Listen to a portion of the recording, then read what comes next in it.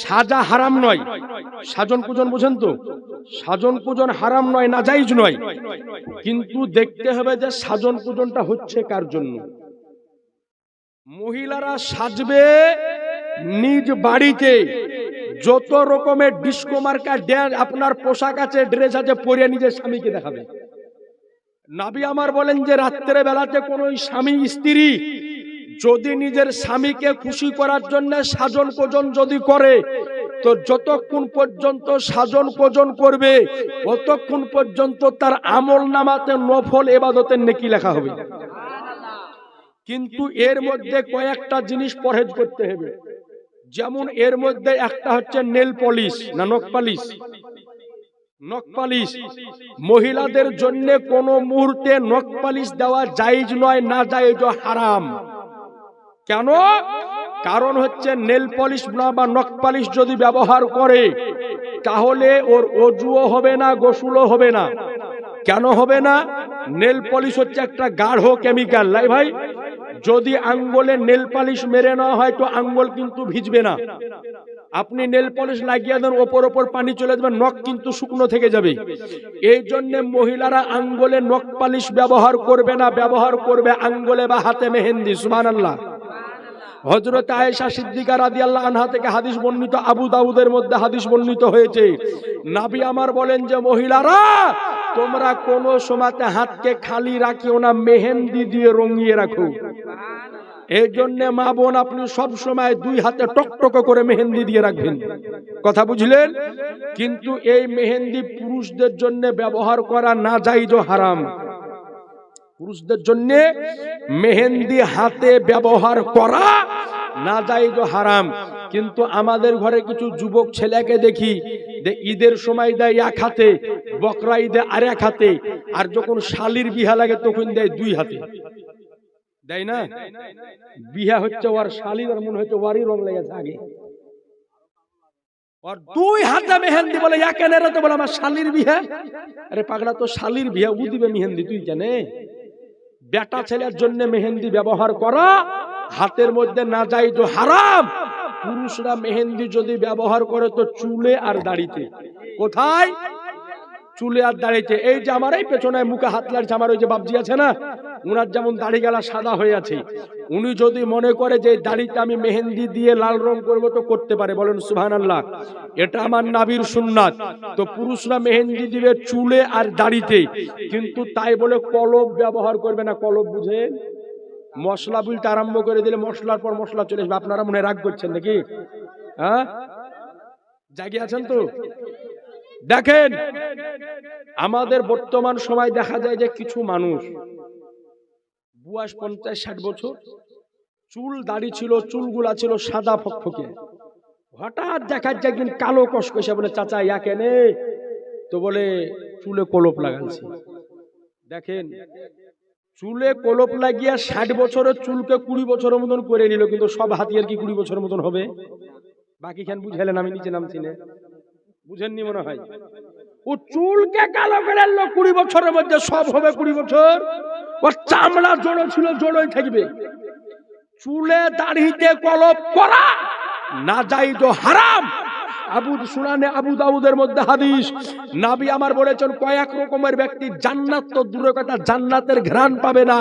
তার মধ্যে একটা হচ্ছে ওই যেই ব্যক্তি চুলে খেজাব ব্যবহার করে, কলপ ব্যবহার করে। মা বোন, তুমি যদি ব্যবহার করে থাকেন তো আপনিও আজ থেকে তওবা করে নেন, আর আপনাদের মধ্যে কেউ যদি ব্যবহার করে তো আপনিও তওবা করে নেন। এই জিনিস যেন আর জীবনে কেউ ব্যবহার না করে। কারণ এই আপনার কলপ হচ্ছে কেমিক্যাল, চুলে যখন লাগিয়ে নেয়, চুলে আপনার ঘেরে নেয়, চুল ধোয়াও হবে না, গোসলও হবে না, ওযুও হবে না। আর গোসল যদি না হয়, ওযু যদি না হয়, তো নাপাক থাকবে। নাপাক অবস্থায় নামাজ হবে, ইবাদত হবে, তো সারা জীবন নাপাক থাকবে। খবরদার, এই কাজ কেউ যদি করে থাকে তো আপনি তওবা করে নেবেন। আর আমাদের ঘরে কিছু বিটি ছেলে আছে, এই গায়ে না, এই গায়ের বিটি ছেলে ভালো, ভালো না হলে এতক্ষণ বসে থাকে, কখনই পালিয়ে যেত। কিছু কিছু বিটি ছেলে তো স্বামীর চুল যদি কালো হয়ে যায় তো জোর করে একে কলপ করায়। জি, আমার নিজের চোখে দেখা। একজনকে বলছি, হ্যাঁ গো ভাই, চুলে কলপ কেন করছো? বলে বাড়ি আলিতে ছাড়িছে না মুফতি সাহেব, কি করবো?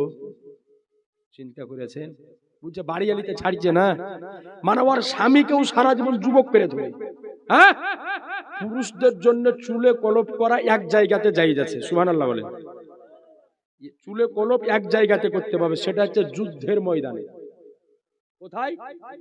যুদ্ধের ময়দানে। দেখা যাচ্ছে কাফেরদের সঙ্গে মুসলমানদের জিহাদ হবে, যুদ্ধ হবে। এবার এই গ্রাম থেকে লোক গেছে 50টায় বুড়িয়া, চুল দাড়ি পাকা, তো কাফেররা দেখাতে ভয় করবে না? করবে কি? জীবনও ভয় করবে না। আর যদি সব গেলা চুল দাড়ি কালো কসকসে যদি থাকে, রে বাবারে 50টা যুবক একটা পালা ময়দান ছিল। এই জন্য বাহারে শরিয়াতে লেখা আছে, হুজুর সদরুশ্বরী আমজাদ আলী রহমাতুল্লাহ আলাইহি বলেন যে পুরুষদের জন্য এক জায়গাতে চুল দাড়ি কালো করা জায়েজ, সেটা হচ্ছে জিহাদের ময়দানে। ও যেখানে করছে এটা কোন জিহাদের ময়দানে লড়বে? আর বাড়িয়ালি কোন যুদ্ধের ময়দানে পাঠাবে? হ্যাঁ, সাবধান, জায়েজ নয়। কথা বুঝতে পেরেছেন? শুধু যুদ্ধের ময়দান ব্যতিরেকে আর অন্য কোথাও এই চুলে কলপ করা জায়েজ নয়। বুড়ো হোক আর জোয়ান হোক, বৃদ্ধা হোক আর বৃদ্ধ হোক, কারো জন্য চুলে কলপ করা জায়েজ নাই, জায়েজ নাই, জায়েজ নাই। মেয়েদের মধ্যে কারো যদি আঙ্গুলে নেল পলিশ লাগানো থাকে, তো আপনি আজকে যাওয়ার পরে বেলের দিয়ে হাঁচিয়ে উঠিয়ে ফেলবেন। আর খবরদার, দোষ ওদের লাই, দোষ আপনাদের। কিনে কেন দেন? হ্যাঁ, ও পাবে কোথায়? যদি কিনা কারো বাড়িতে থেকে আজকে পশ্চিম দিকে মুখ করে চালিয়ে দিবেন ঘরের উপর দিয়ে, গালিমন্দ যা দিবে আমাকে পরে দিয়ে। কথা বুঝেছেন? একটা কারো বাড়িতে যেন নেল পলিশ না থেকে একেবারে চালিয়ে ফেলে দেবেন। খবরদার, জায়েজ নয়, হারাম, হারাম, হারাম। দ্বিতীয়ত হচ্ছে ঠোঁট পালিশ, লিপস্টিক। মহিলাদের জন্য লিপস্টিক ব্যবহার করা হচ্ছে নাজায়েজ ও হারাম। কথা বোঝা গেল? কারণ লিপস্টিকের মধ্যে কয়েকটা উপাদান থাকে, তার মধ্যে আমার জানা মতে একটা হচ্ছে তার মধ্যে থাকে শুয়োরের চর্বি। কি থাকে? শুয়োরের চর্বি। এবার ওটা আমাদের ঘরের মুসলমান মেয়েরা দ্বিচার চাটে চাটে খাচ্ছে। খবরদার মা বোন, এই কাজ যেন কেউ না করে। আপনাদের মধ্যে আপনাদের মেয়ে যদি থাকে তো কিনে দিবেন, না যাদের বউ আছে বউকে কিনে দিবেন না। যদি মেকআপ বক্স থাকে তো সাজুক, করুক, পাউডারি টুক লাগাবে লাগাক, কিন্তু আপনাকে দেখানোর জন্য, বাজারে যাওয়ার জন্য নয়। রাত্রের বেলাতে আপনাকে সাজে সাজে দেখাবে যে দেখো আমাকে কেমন লাগছে। কথা বুঝতে পেরেছেন? স্বামীকে সাজে সাজে দেখাবেন, নেকি পাবেন। আপনার স্বামী বাইরে কাজ করে, বাজারে আছে, দোকানে আছে, রাত্রি বেলাতে বাড়িতে আসবে, এমন করে সাজন পূজন করে থাকবেন যেন আপনার স্বামী একবারে আপনাকে দেখার পরে একটু হাসি মেরে দেয়। আর একবার যদি আপনার স্বামী আপনার চেহারার দিকে তাকিয়ে হেসে যদি দেয়, তো হাসিতে জডা দাঁত দেখা দেবে, তোটা নফল হজের নেকি আল্লাহ আপনাকে দান করে দেবে। তাহলে চিন্তা করেন, ইসলাম এমন এক ধর্ম, হাসাহাসি করলেও নাকি।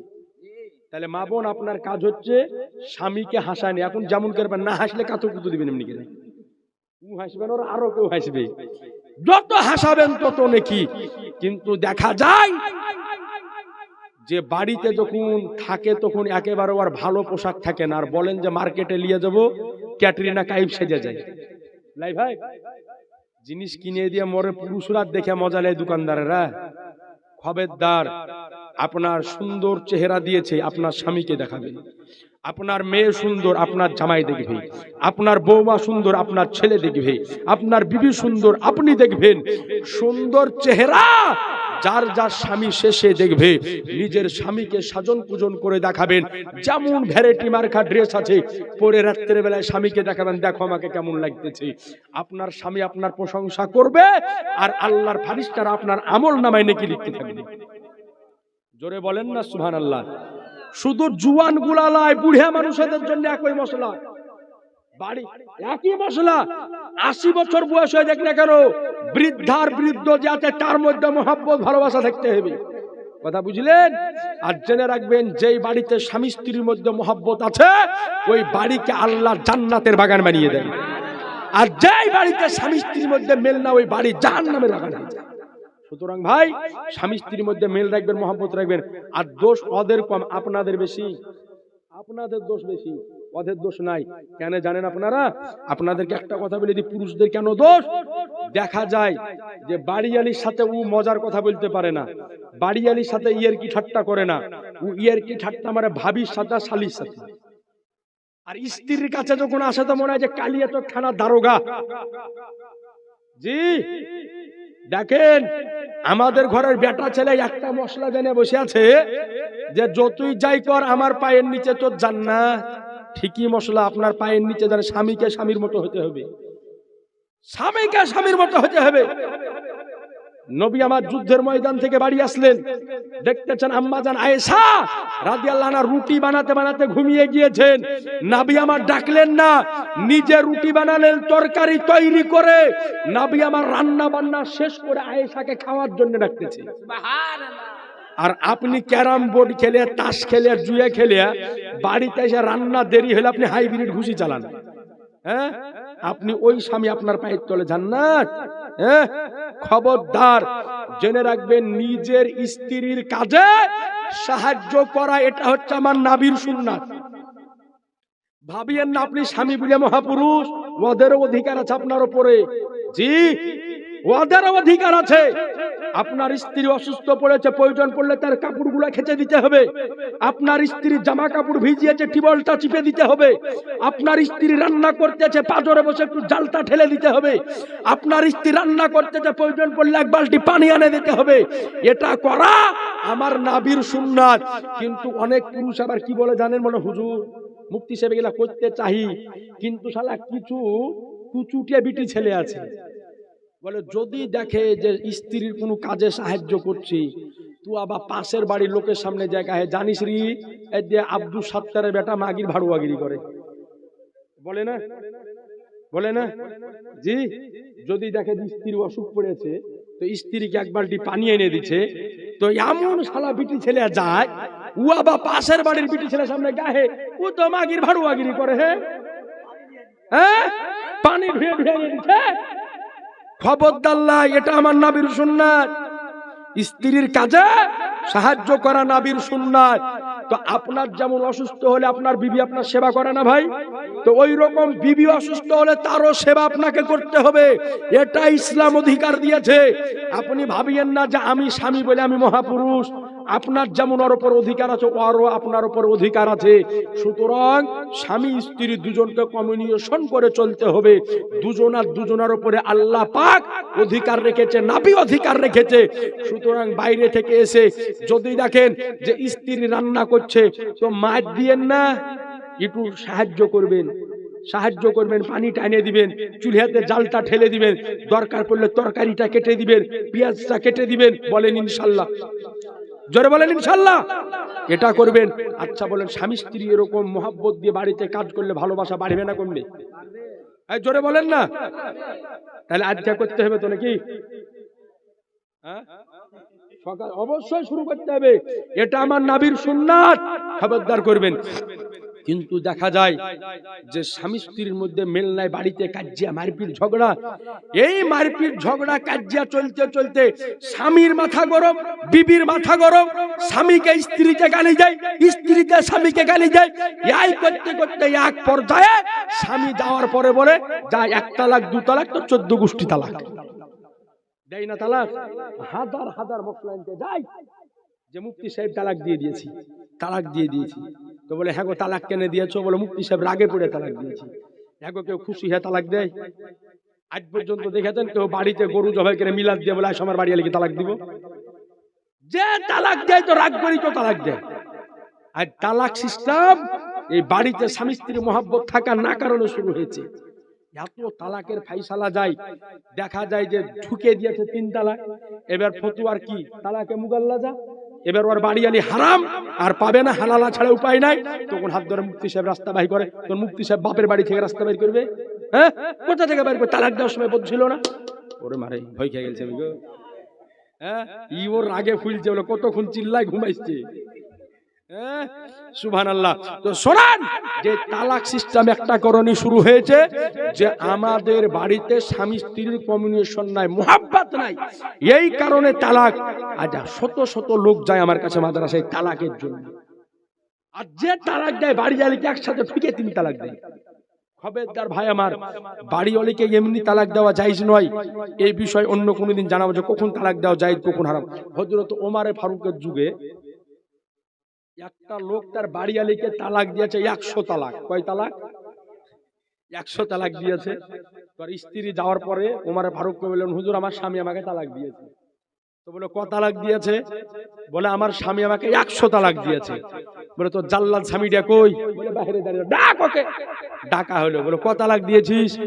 তো বলে হুজুর রাগে পড়ে 100 তালাক দিয়েছি। বলে 3 তালাকে তোর বাড়ি অলি তোর বিয়ে থেকে বাহির হয়েছে, আর বাকি 97 তালাক তোর পিঠের উপর পড়বে এখন। সুতরাং তালাক এমনি দেওয়া, খবরদার বাড়িতে স্বামী স্ত্রীর মধ্যে মহব্বত রাখবেন, ভালোবাসা রাখবেন। তো যেটা বলতেছিলাম, এক হচ্ছে লিপস্টিক আর এক হচ্ছে নেল পলিশ পরা হারাম। দ্বিতীয় নাম্বার হচ্ছে আর একটা হয়, তার নাম হচ্ছে ভুরু প্লাগ। আপনারা নাম শুনেছেন? আপনার দেখেন যারা শুনেছে তারা ঠিক হাসছে। ভুরুকে উঠায়, ভুরুকে রং করে, এই এক চেহারার মধ্যে 7-8 রকমের জিনিস লাগায়। আশকারা, মাস্কারা, আইলানা, মার্জিয়া লাগায় না? খবরদার, এই ভুরুকে উঠানো এটা শরীয়তের বিধানে নাজায়েজ ও হারাম। আর মহিলাদের চুল, আজকে বর্তমানে দেখছি যে অনেক বিটি ছেলের চুলকে কেটে ছোট ছোট করছে। একটা বিটি ছেলেকে দেখছি যে চুলকে কাটে এত ছোট করেছে, আর সামনে দিক দিয়ে এদিক দিয়ে 4টের, এদিক দিয়ে 5টা ঝুলছে। তো আমি বলছি, হ্যাঁ রে, এত নতুন কাট। একজনকে জিজ্ঞাসা করছি, ই চুলের নাম কি? তো বলছে এটার নাম হচ্ছে ববি কাট। কি কাট? ববি কাট। মানে এদিক দিয়ে ছোট, আর এমিন দিয়ে 4টে, এমিন দিয়ে 5টা এমনিকে ঝুলছে। খবরদার মা, এইরকম চুল কাটা শরীয়তে বিধানে। মহিলাদের চুল যদি অনেক লম্বা হয়ে যায়, একটু ছোট বড় যদি, আগালটাকে হালকা করে সমান করার জন্য কাটা জায়েজ আছে। তাছাড়া অমনি চুল কাটা শরীয়তের বিধানে নাজায়েজ ও হারাম, হারাম, হারাম। তাহলে জানা গেল যে আপনি মুখে যদি এমনি যেগুলা জায়েজ ক্রিম আছে, যেগুলা ক্রিম আছে, নিভি আছে, আরো বিভিন্ন রকম ক্রিম আছে, এগুলো আপনি চেহারাতে মাখবেন। চেহারা উজারে, মহিলাদের ছেলে মেয়ে সবারই জন্য সবচাইতে উত্তম যে মেকআপ, তার নাম হচ্ছে 5 ওয়াক্তে 5 বারের ওযুর পানি। সুবহানাল্লাহ। 5 ওয়াক্তে 5 বার ওযু যদি করেন তো আপনার চেহারাতে কিচ্ছু লাগাতে হবে না। কথা বুঝলেন? এর চাইতে বড় মেকআপ আর পৃথিবীর বুকে কিছু নাই। তো আপনি সাজন পূজন করবেন একমাত্র আপনার স্বামীর জন্য, দেখাবেন আপনার স্বামীকে, দেখবে আপনার স্বামী, আপনার স্বামী দেখে খুশি যদি হয় তো আল্লাহ, আল্লাহ রসুল আপনাকে অগাধ নেকি দান করবে, বলেন সুবহানাল্লাহ। যাই হোক, অনেক লম্বা মশলা বলে দিলাম, এইভাবে চলাফেরা করবেন। আল্লাহ পাক যদি আবার কোনোদিন নিয়ে আসে তো ইনশাআল্লাহ তাআলা আরো জানা অজানা অনেক বিষয়াদি বস্তু আপনাদেরকে শোনাবো। সুবহানাল্লাহ। দেখেন ডিম আছে, ডিম না আন্ডা গো? ডিম লাই।